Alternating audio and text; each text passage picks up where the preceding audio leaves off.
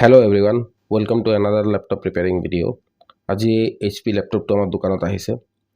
এই ল্যাপটপটো প্ৰবলেমটো হ'ল ইয়াৰ হিংছ ভঙা। As you can see left side হিংছটো ভাঙি আছে।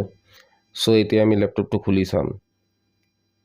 এই ল্যাপটপটো হিংছটো কিমান ভাঙা আছে। তো এতিয়া ল্যাপটপটো খুলিলো। As you can see ল্যাপটপটোৰ left side হিংছটো পুৰা ভাঙা। ই বডিৰ পৰা একেবাৰে আঁতৰি গৈছে। সো এইটো অৱস্থাত ল্যাপটপটো হিংছটো ৰিপেয়াৰ কৰা সম্ভৱ নহয়। সো আমি এতিয়া ইয়াত এটা নতুন বেক পেনেল লগাই দিম। সো এতিয়া বেক পেনেলটো লগাৰ পিছত চাওক ল্যাপটপটো একদম পাৰফেক্ট হৈ গৈছে আৰু ই ভালদৰে কাম কৰি আছে।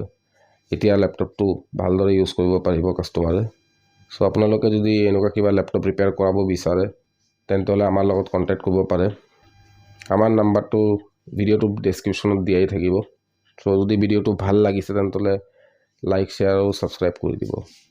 Thank you for watching.